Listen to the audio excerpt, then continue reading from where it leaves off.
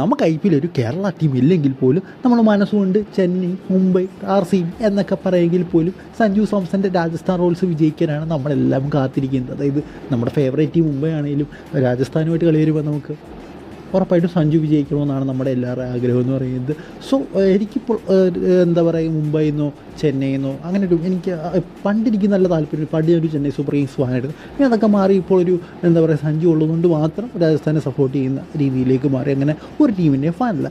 എന്തായാലും തുടക്കത്തിൽ തന്നെ വലിയൊരു തീരാ നഷ്ടമാണ് മലയാളി ആരാധകരെ സംബന്ധിച്ചിടത്തോളം. അതായത് അവർക്ക് ആകെ ഉണ്ടായിരുന്ന ആശ്വാസം എന്ന് പറയുന്നത് സഞ്ജു സാംസണാണ്. അദ്ദേഹം രാജസ്ഥാൻ റോയൽസിൻ്റെ ക്യാപ്റ്റനായി ഇരിക്കുന്നു എന്നുള്ള കാര്യമാണ്. സോ എന്തായാലും അത് വലിയൊരു തിരിച്ചടി തന്നെ സംഭവിച്ചിരിക്കുകയാണ്. അതായത് സഞ്ജു സാംസണ് NOC കിട്ടില്ല എന്നാണ് നമുക്കറിയാൻ സാധിക്കുന്നത്. അദ്ദേഹത്തിനൊരു പരിക്കുള്ളതുകൊണ്ട്, കൈയുടെ ആ ഒരു വിരലിൽ ഇഞ്ചുറി ഉള്ളതുകൊണ്ട് ഇതുവരെ അദ്ദേഹത്തിന് NOC കിട്ടിയിട്ടില്ല.